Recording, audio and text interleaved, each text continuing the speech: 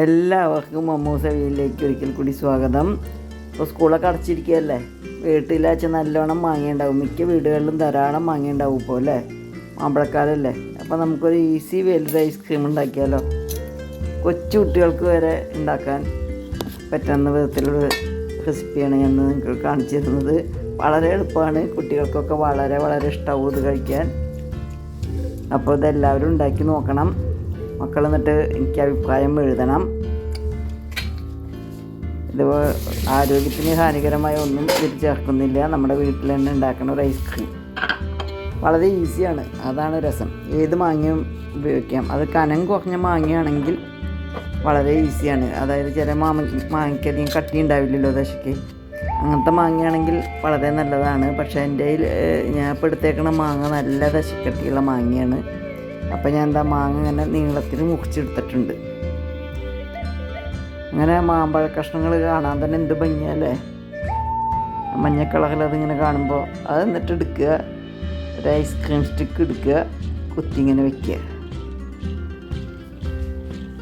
അങ്ങനെ അത് എന്നിട്ട് കുറച്ച് നേരം ഫ്രീസറിൽ വയ്ക്കുക, തണുക്കാൻ സമയം ആവശ്യത്തിനനുസരിച്ച്. അപ്പോൾ അത് തണുക്കണതിൻ്റെ ഇടയിൽ നിങ്ങൾ ലൈക്കും കമൻറ്റൊക്കെ തരാൻ മറക്കണ്ട കേട്ടോ. സബ്സ്ക്രൈബ് ചെയ്യാത്തവരാണെങ്കിൽ സബ്സ്ക്രൈബ് ചെയ്യാനും മറക്കണ്ട. ഉണ്ട്, എന്ത് ഈസിയാണെന്ന് അറിയോ, കൊച്ചു കുട്ടികൾക്ക് വരെ ഉണ്ടാക്കാത്. വളരെ ഈസിയാണ്, എന്നാൽ വളരെ ടേസ്റ്റിയാണ്. മാങ്ങ ഇങ്ങനെ ഒന്ന് തണുപ്പിച്ച് കഴിച്ചാൽ നല്ല ടേസ്റ്റല്ലേ. നമ്മൾ ഓരോ സീസണിലും കിട്ടുന്ന പഴങ്ങൾ കഴിക്കണം എന്നാണ് ആരോഗ്യത്തിന് നല്ലതെന്നാണ് പറയുന്നത്. നമ്മുടെ വീടിന് ചുറ്റുവട്ടത്തും കിട്ടുന്ന പഴങ്ങൾ കഴിക്കുക, അതാണ് ആരോഗ്യത്തിന് ഏറ്റവും നല്ലത്. അപ്പോൾ ഞാനിത് ഫ്രീസറിൽ വെച്ചേക്കാണ്. ഒരു മണിക്കൂറോ 2 മണിക്കൂറോ ഫ്രീസറിൽ ഇരിക്കട്ടെ, തണുക്കാൻ ആവശ്യമുള്ള സമയം. അത് കഴിഞ്ഞ് ഞാനതെടുത്തു. അപ്പോൾ അത് ഐസൊക്കെ ഇങ്ങനെ പറ്റി പിടിച്ചിരിക്കുന്നുണ്ട്, കുറച്ച് ഐസൊക്കെ ഇങ്ങനെ പറ്റി പിടിച്ചിരിക്കുന്നുണ്ട്. ഇനി നമുക്ക് ഇതിൽ കുറച്ച് യോഗട്ട് അല്ലെങ്കിൽ ക്രീം, അതായത് അങ്ങനെ മുക്കി കൊടുക്കാൻ വേണമെങ്കിൽ ഞാൻ പിന്നെ അധികം ഉപയോഗിക്കാത്ത, ഇപ്പോൾ ഫുള്ളായിട്ട് ഉപയോഗിക്കണില്ല, അതുകൊണ്ട് ഞാൻ അങ്ങനെ എടുക്കണില്ല. ലേശം ഇങ്ങനെ പരറ്റി കൊടുക്കുകയാണ്. കുറച്ച് ക്രീം പരറ്റി കൊടുക്കുക അല്ലെങ്കിൽ യോഗട്ട് പരറ്റി കൊടുക്കുക, അത് നിങ്ങളുടെ ഓപ്ഷൻ. എനിക്ക് നല്ല തൈര് കഴിക്കാനാണ് ഇഷ്ടം. അപ്പോൾ ഞാൻ വീട്ടിലുണ്ടാക്കിയ നല്ല കട്ട തൈര്, അതാണ് ഞാൻ ഉപയോഗിക്കുന്നത്.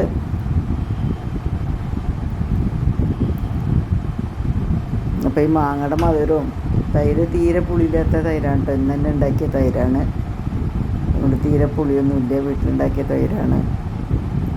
അപ്പോൾ അതിങ്ങനെ പരറ്റി കൊടുത്തിട്ട് കഴിക്കുമ്പോൾ ഉണ്ടല്ലോ ഗസാറേ എന്ന് പറഞ്ഞ പോലെ പറയേണ്ടി വരും, അത്രയും ടേസ്റ്റാണത്.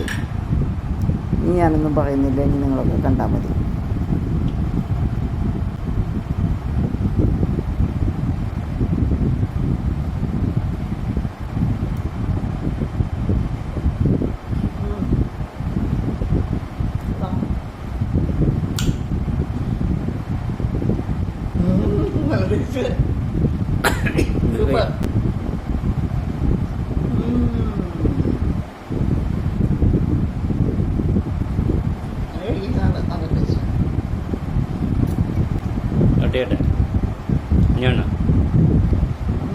ഇനിയാണോ 1.25 മിനിറ്റ് ആയിട്ട് എങ്ങനെ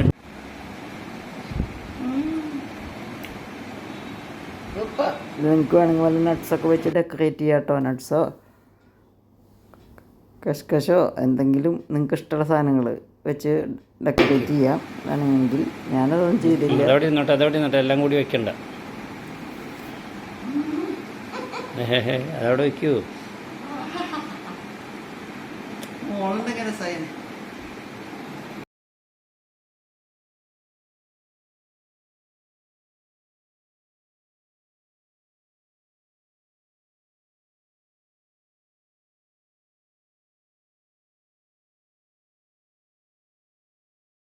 കുട്ടികൾക്ക് കൊടുക്കുമ്പോൾ അത് കുറച്ച് എന്തെങ്കിലും ടോപ്പിങ്ങൊക്കെ വെച്ച് കൊടുത്തു കഴിഞ്ഞാൽ അവർക്ക് വളരെ ഇഷ്ടമാവും.